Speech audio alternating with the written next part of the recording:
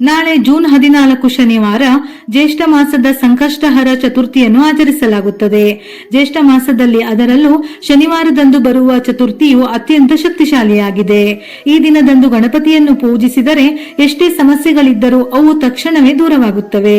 ಸಂಕಷ್ಟಹರ ಚತುರ್ಥಿ ಎಂದರೆ ನಮ್ಮ ಕಷ್ಟಗಳೆಲ್ಲವೂ ತಕ್ಷಣವೇ ನಿವಾರಣೆ ಆಗುವ ದಿನವೆಂದು. ಜ್ಯೇಷ್ಠ ಮಾಸದ ಸಂಕಷ್ಟಹರ ಚತುರ್ಥಿಯನ್ನು ಕೃಷ್ಣ ಪಿಂಗಳ ಸಂಕಷ್ಟಹರ ಚತುರ್ಥಿ ಎನ್ನುವ ಹೆಸರಿನಿಂದ ಆಚರಿಸಲಾಗುತ್ತದೆ. ಅಂದರೆ ಗಣಪತಿಯ ಕೃಷ್ಣ ಪಿಂಗಳ ಅವತಾರವನ್ನು ಪೂಜಿಸಿ ಆರಾಧಿಸಲಾಗುತ್ತದೆ. ಚತುರ್ಥಿ ತಿಥಿ ಸಮಯ ಜೂನ್ 14ನೇ ತಾರೀಕು ಮಧ್ಯಾಹ್ನ 3:46 ಪ್ರಾರಂಭವಾಗಿ ಜೂನ್ 15ನೇ ತಾರೀಕು ಮಧ್ಯಾಹ್ನ 3:51 ಮುಕ್ತಾಯವಾಗುತ್ತದೆ. ಚಂದ್ರೋದಯದ ಸಮಯ ಜೂನ್ 14 ಶನಿವಾರ ರಾತ್ರಿ 9:27. ಶನಿವಾರದಂದು ಮನೆಯಲ್ಲಿ ಗಣಪತಿಯನ್ನು ಪೂಜಿಸಿದರೆ ನಿಮ್ಮ ಕುಟುಂಬಕ್ಕೆ ಅದೃಷ್ಟ ಖಂಡಿತ ಲಭಿಸುತ್ತದೆ. ನಿಮ್ಮ ಮನೆಗೆ ಹೇರಳವಾಗಿ ಸಂಪತ್ತು ಬರುತ್ತದೆ. ನರಕದಂತಹ ಸಮಸ್ಯೆಗಳಿದ್ದರೂ ಸಂಕಟಗಳಿದ್ದರೂ ಮುಕ್ತಿ ದೊರೆತು ಕೋರಿದ ಎಲ್ಲ ಆಸೆಗಳು ಖಂಡಿತವಾಗಿಯೂ ಈಡೇರುತ್ತದೆ. ಬೆಳಿಗ್ಗೆ ಬೇಗನೆ ಎದ್ದು ಮನೆಯನ್ನು ಸ್ವಚ್ಛಗೊಳಿಸಿ ಮನೆಯ ಬಾಗಿಲಿಗೆ ಅರಿಶಿನ ಹಚ್ಚಿ ಮನೆ ಬಾಗಿಲಿಗೆ ದೇವರ ಮನೆಗೆ ರಂಗೋಲಿ ಹಾಕಿ ತಲೆ ಸ್ನಾನ ಮಾಡಿ ಮನೆಯಲ್ಲಿ ಗಣಪತಿ ವ್ರತವನ್ನು ಪ್ರಾರಂಭಿಸಬೇಕು. ಈ ಶಕ್ತಿಶಾಲಿ ವ್ರತವನ್ನು ಪ್ರಾರಂಭಿಸುವ ಮೊದಲು ದೇವರಿಗೆ ದೀಪ ಬೆಳಗಿ ನಂತರ ಸ್ವಲ್ಪ ಅಕ್ಷತೆಯನ್ನು ತಯಾರಿಸಿ ದೇವರ ಮನೆಯಲ್ಲಿಡಬೇಕು. ಕೆಂಪು ಬಣ್ಣದ ಹೂವುಗಳಿಂದ ಗಣಪತಿಯನ್ನು ಪೂಜಿಸಿದರೆ ನಿಮ್ಮ ಪೂಜೆಗೆ ದುಪ್ಪಟ್ಟು ಪುಣ್ಯ ಸಿಗುತ್ತದೆ. ಅದರಲ್ಲೂ ಗಣಪತಿ ಪೂಜೆಯಲ್ಲಿ ದಾಸವಾಳ ಹೂವಿದ್ದರೆ ತುಂಬಾ ಶ್ರೇಷ್ಠ. ನಿಮ್ಮ ಇಷ್ಟಾರ್ಥಗಳು ಈಡೇರಲು ಕೇವಲ ದಾಸವಾಳ ಹೂವುಗಳಿಂದ ಗಣೇಶನನ್ನು ಪೂಜಿಸಿದರೂ ಅದ್ಭುತ ಫಲ ಸಿಗುತ್ತದೆ. ಗಣೇಶನಿಗೆ ಇಷ್ಟವಾದ ವಸ್ತುಗಳಲ್ಲಿ ಶಮಿ ಗಿಡವು ಒಂದು. ಶನಿ ದೋಷ ಅಥವಾ ಮಂಗಳ ದೋಷಗಳಿಂದ ತೊಂದರೆಗೊಳಗಾದವರು ಈ ದಿನ ಶಮಿ ಮರಕ್ಕೆ ಪ್ರದಕ್ಷಿಣೆ ಹಾಕಿದರೆ ನಿಮ್ಮ ಜಾತಕದಲ್ಲಿರುವ ಎಲ್ಲಾ ದೋಷಗಳು ನಿವಾರಣೆಯಾಗುತ್ತದೆ. ಈ ದಿನ ಶಮಿ ಮರವನ್ನು ಮುಟ್ಟಿದರೂ ಸಾಕು, ನಿಮ್ಮ ಎಲ್ಲಾ ದುರಾದೃಷ್ಟಗಳು ದೂರವಾಗಿ ಅದೃಷ್ಟ ಪ್ರಾಪ್ತಿಯಾಗುತ್ತದೆ. ಸಾಧ್ಯವಾದರೆ ಈ ದಿನ ಶಮಿ ಗಿಡವನ್ನು ಮನೆಯಲ್ಲಿ ನೆಟ್ಟರೆ ಬಹಳ ಶ್ರೇಷ್ಠ. ಬೆಳಿಗ್ಗೆ ಪೂಜೆಗೂ ಮೊದಲು ದೇವರ ಮನೆಯಲ್ಲಿ ದೀಪ ಬೆಳಗಬೇಕು. ದೀಪಕ್ಕೆ ಶುದ್ಧ ಹಸುವಿನ ತುಪ್ಪವನ್ನು ಸೇರಿಸಿ 5 ಬತ್ತಿಗಳಿಂದ ದೀಪವನ್ನು ಬೆಳಗಿಸಬೇಕು. ದೀಪವನ್ನು ಹಚ್ಚಿದ ತಕ್ಷಣ ಮೊದಲು ದೀಪಕ್ಕೆ ನಮಸ್ಕರಿಸಿ ದೀಪದ ಬಳಿ ಒಂದು ಹೂವನ್ನು ಸಮರ್ಪಿಸಬೇಕು.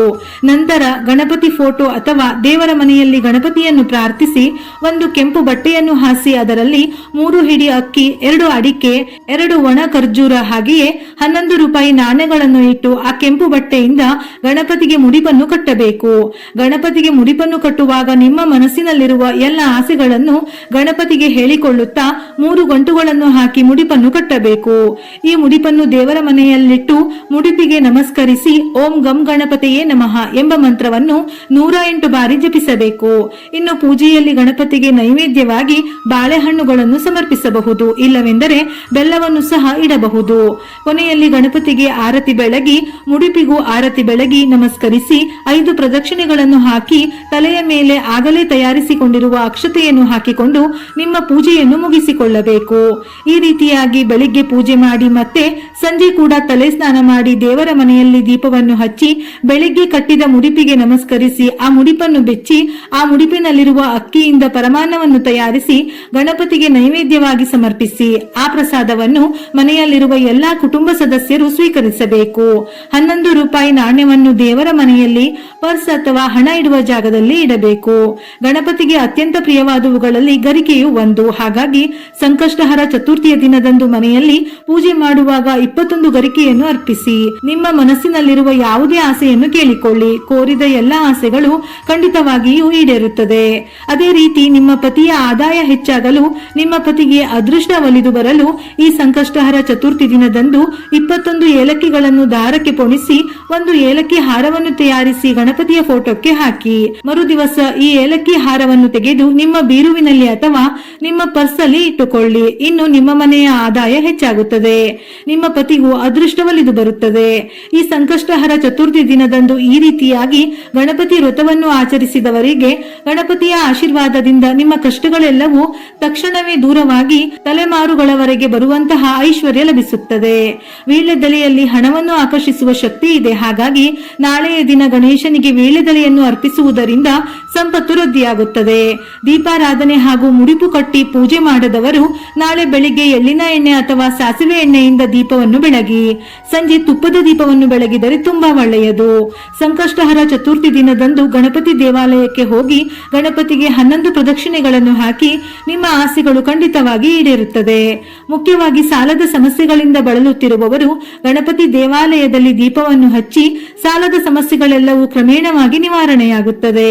ಹಾಗೆಯೇ ಗಣಪತಿ ದೇವಾಲಯದಲ್ಲಿ ಗರಿಕೆಯ ಹಾರವನ್ನು ಸಮರ್ಪಿಸಿದರೆ ಈ ವರ್ಷವಿಡೀ ಹಣಕಾಸಿನ ಸಮಸ್ಯೆಗಳು ಉಂಟಾಗದಂತೆ ಗಣಪತಿಯ ಆಶೀರ್ವಾದ ನಿಮ್ಮ ಮನೆಯ ಮೇಲೆ ಇರುತ್ತದೆ. ದಂಪತಿಗಳ ನಡುವೆ ಕಲಹಗಳು, ಕುಟುಂಬ ಸಮಸ್ಯೆಗಳಿಂದ ಬಳಲುತ್ತಿರುವವರು ಗಣಪತಿ ದೇವಾಲಯದಲ್ಲಿ ವಿನಾಯಕನಿಗೆ ಬಾಳೆಹಣ್ಣುಗಳನ್ನು ಸಮರ್ಪಿಸಿ ಕುಟುಂಬದ ಸಮಸ್ಯೆಗಳೆಲ್ಲವೂ ದೂರವಾಗುತ್ತದೆ. ಇನ್ನು ನಿಮ್ಮ ಮನೆಗೆ ಇರುವ ಅಷ್ಟ ದಾರಿದ್ರ್ಯಗಳು ದೂರವಾಗಿ ಹಣವು ವೃದ್ಧಿಯಾಗಬೇಕೆಂದರೆ ಈ ಸಂಕಷ್ಟಹರ ಚತುರ್ಥಿಯ ದಿನದಂದು ಒಂದು ನಿಂಬೆ ಹಣ್ಣನ್ನು ಕೆಂಪು ಬಟ್ಟೆಯಲ್ಲಿ ಕಟ್ಟಿ ನಿಮ್ಮ ಮನೆಯ ಮುಖ್ಯ ಬಾಗಿಲಿಗೆ ಕಟ್ಟಿ. ಗಣಪತಿಯ ಅನುಗ್ರಹದಿಂದ ನಿಮ್ಮ ಮನೆಗೆ ಸಮೃದ್ಧಿ ಲಭಿಸುತ್ತದೆ. ಈ ದಿನ ಎಕ್ಕದ ಹೂವಿನ ಹಾರವನ್ನು ತಯಾರಿಸಿ ಗಣಪತಿಗೆ ಅರ್ಪಿಸಿದರೆ ಬಹಳ ಶ್ರೇಷ್ಠ. ಮದುವೆಯಲ್ಲಿ ವಿಳಂಬವಿದ್ದರೆ ಭಕ್ತಿಯಿಂದ ಪ್ರಾರ್ಥಿಸಿ ಈ ದಿನ ಎಕ್ಕದ ಗಿಡಕ್ಕೆ ಅರಿಶಿನದ ನೀರನ್ನು ಹಾಕಿದರೆ ಶೀಘ್ರವೇ ಕಂಕಣ ಭಾಗ್ಯ ಕೂಡಿ ಬರುತ್ತದೆ. ಒಮ್ಮೊಮ್ಮೆ ನಾವು ಎಷ್ಟೇ ದುಡಿದು ದುಡ್ಡನ್ನು ಮಾಡಿದರೂ ಕೂಡ ದೇವರ ಅನುಗ್ರಹವಿಲ್ಲವೆಂದರೆ ನಾವು ಕೈಗೊಂಡ ಯಾವ ಕೆಲಸಗಳು ಕೂಡ ಪೂರ್ಣವಾಗಿ ನಡೆಯುವುದಿಲ್ಲ. ಹಾಗೆಯೇ ಕೆಲವರಿಗೆ ಮನೆಯನ್ನು ಕಟ್ಟಿಸುವ ಕನಸುಗಳು ಇರುತ್ತದೆ. ಕೈಯಲ್ಲಿ ದುಡ್ಡಿದ್ದರೂ ಮನೆ ಕಟ್ಟಿಸಲು ಏನಾದರೂ ಒಂದು ಅಡೆತಡೆಗಳು ಪ್ರಾರಂಭವಾಗುತ್ತವೆ. ಅಂತವರು ಈ ದಿನ ವಿಶೇಷವಾಗಿ ಗೋವಿಗೆ ಹಸಿರು ಹುಲ್ಲನ್ನು ತಿನ್ನಿಸಿ, ನಿಮ್ಮ ಕೈಯಾರೆ ಗೋವಿಗೆ ಗೋಗ್ರಾಸ ಅಥವಾ ಏನಾದರೂ ತಿಂಡಿ ತಿನಿಸುಗಳನ್ನು ತಿನ್ನಿಸಿ ನಮಸ್ಕರಿಸಿ. ಪ್ರಥಮ ಪೂಜಿತನ ಅನುಗ್ರಹವಿದ್ದರೆ ಶೀಘ್ರವೇ ಎಲ್ಲ ಆಸೆಗಳು ನೆರವೇರುತ್ತದೆ. ಈ ಪರಿಹಾರದಿಂದ ಸ್ವಂತ ಮನೆ ಕಟ್ಟಿಸುವ ಕನಸು ಕೂಡ ಈಡೇರುತ್ತದೆ. ಈ ದಿನ ತಪ್ಪದೆ ವ್ರತದ ಕಥೆಯನ್ನು ಓದಬೇಕು. ಇದರ ಜೊತೆಯಲ್ಲಿ ಗಣಪತಿಗೆ ಸಂಬಂಧಪಟ್ಟ ಮಂತ್ರ ಶ್ಲೋಕಗಳನ್ನು ಪಠಿಸಿ ಅಥವಾ ಕೇಳಿ. ಸಂಕಷ್ಟಹರ ಚತುರ್ಥಿ ವ್ರತವನ್ನು ಆಚರಿಸುವವರು ಚಂದ್ರನಿಗೆ ಅರ್ಘ್ಯವನ್ನು ಅರ್ಪಿಸದೇ ಇದ್ದರೆ ಆ ವ್ರತವು ಅಪೂರ್ಣವೆಂದು ಹೇಳುತ್ತಾರೆ. ಹಾಗಾಗಿ ತಪ್ಪದೆ ಈ ದಿನ ಚಂದ್ರನನ್ನು ಕೂಡ ಪೂಜಿಸಬೇಕು. ನೀರು, ಶ್ರೀಗಂಧ, ಅಕ್ಕಿ ಮತ್ತು ಹೂವುಗಳನ್ನು ಚಂದ್ರನ ದಿಕ್ಕಿನಲ್ಲಿ ಅರ್ಪಿಸಿ ಚಂದ್ರೋದಯದ ಸಮಯದಲ್ಲಿ ಚಂದ್ರನನ್ನು ಪೂಜಿಸಿ ವ್ರತವನ್ನು ಸಂಪೂರ್ಣಗೊಳಿಸಬೇಕು.